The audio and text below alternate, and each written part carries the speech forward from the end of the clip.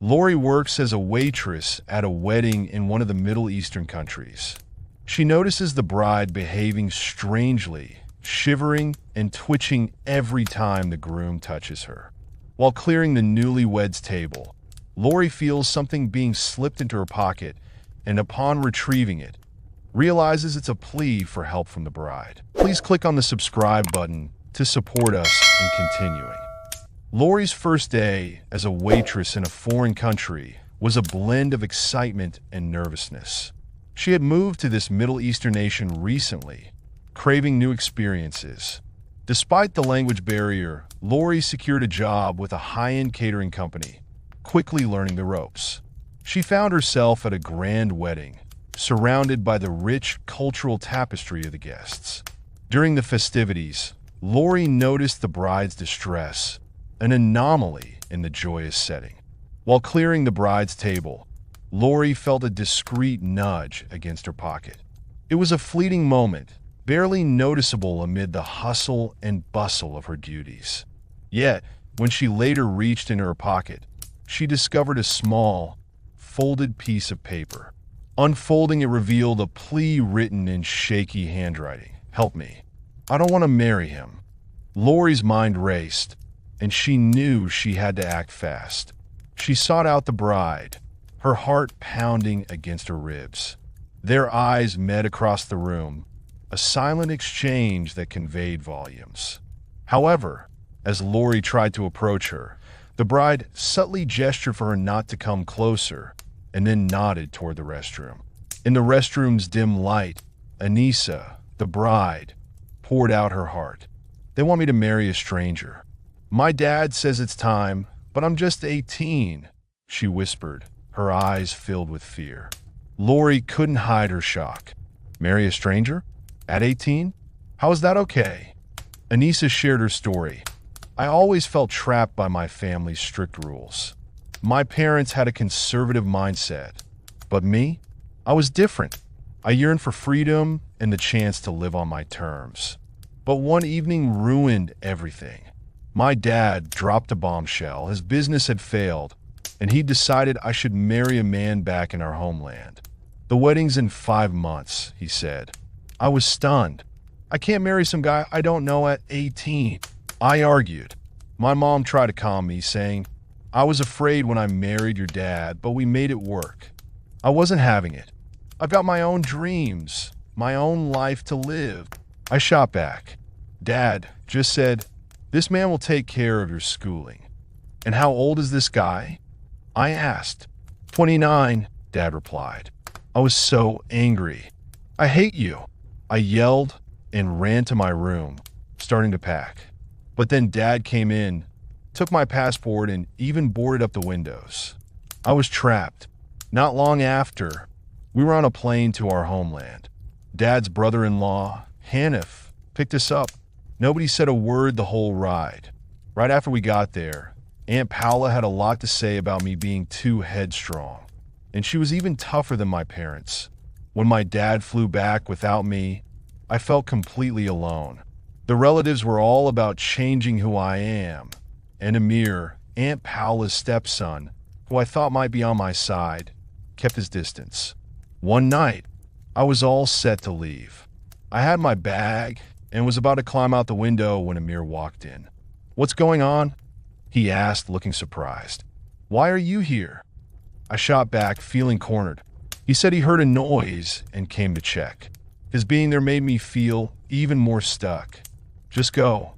I snapped, trying to hide how scared I was.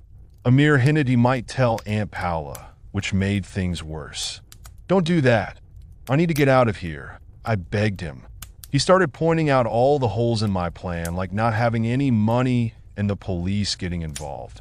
I tried to push past him, but then he said something that made me stop. He got why I wanted to leave and said we should come up with a real plan. He even offered to help me get out for good.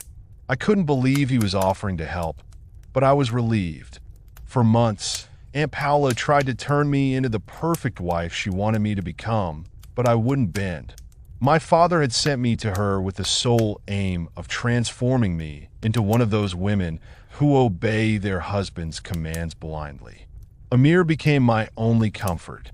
He was kind, shared my dreams, and even planned to use his savings to help me run away.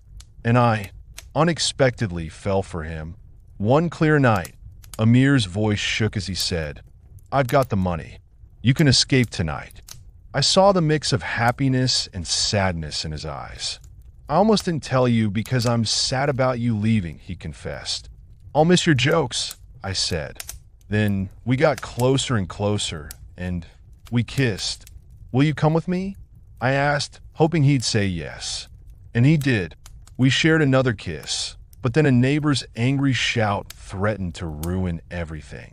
She caught us together at our special spot and decided to tell Aunt Paula everything. We knew we had to leave, and fast.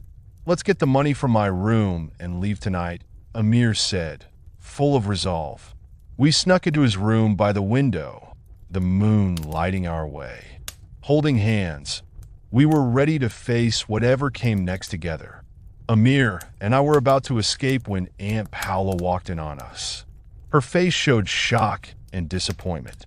She called my father, who arrived full of rage. Amir and I were separated and isolated. The only time we met was when we faced a tense confrontation at the dining table. "Your stepson seduced my daughter," my father accused Aunt Paula. Knowing Anissa, she seduced him, Aunt Paula retorted. Breaking his silence, Amir declared, "I love Anissa, and I'd like to ask for her hand."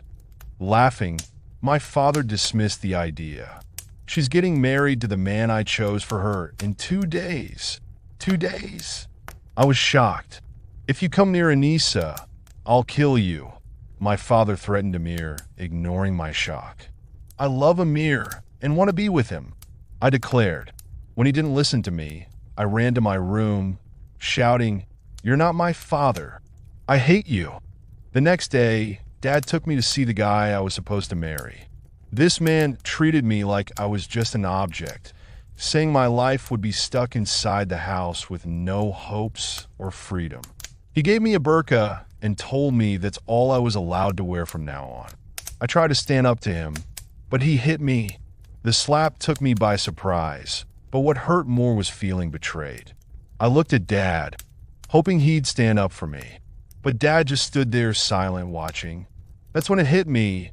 He was really going to leave me with this guy like it was nothing. Lori listened intently to Anissa, whose story reflected the grim reality many women face. Wanting to help, Lori asked, "What's the plan?" Anissa talked about escaping to meet Amir, but was stuck without resources or freedom. Lori stepped up, offering her car and some cash, which gave Anissa a spark of hope. "But there's more," Anissa said, sharing that she could get her passport and some money from a safe if they were sneaky enough. "That could really set me free." Lori nodded. She managed to get the passport and money from the safe, even finding a disguise for Anissa.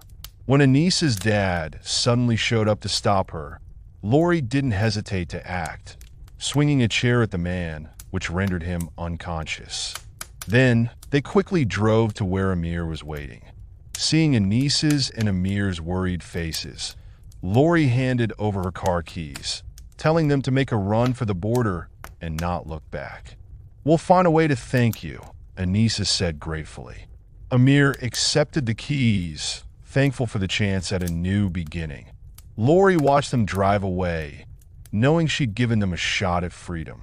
After helping Anissa and Amir escape, Lori felt a mix of pride and fear. The thought of staying in a place that enforced such archaic practices on women unnerved her, pushing her to return to America, a decision that brought both relief and a lingering worry for the friends she left behind. Back in America, Lori resumed her normal life, but the memories of her time abroad, Anissa's plight, and their daring escape lingered in her mind. One evening, as Lori returned from work, her eyes caught the unexpected sight of an expensive car parked in front of her house. A mix of curiosity and worry filled her as she walked up to it, wondering who it belonged to. Tucked under the windshield wiper, she found a note. Her hands trembled slightly as she unfolded the paper, revealing Anissa's familiar handwriting. The note was filled with words of deep gratitude, thanking Lori for the risks she took, for the hope she provided, and for the new life she helped them start. Reading Anissa's words, Lori felt a surge of emotion, a mix of happiness and relief, knowing that Anissa and Amir were safe and happy.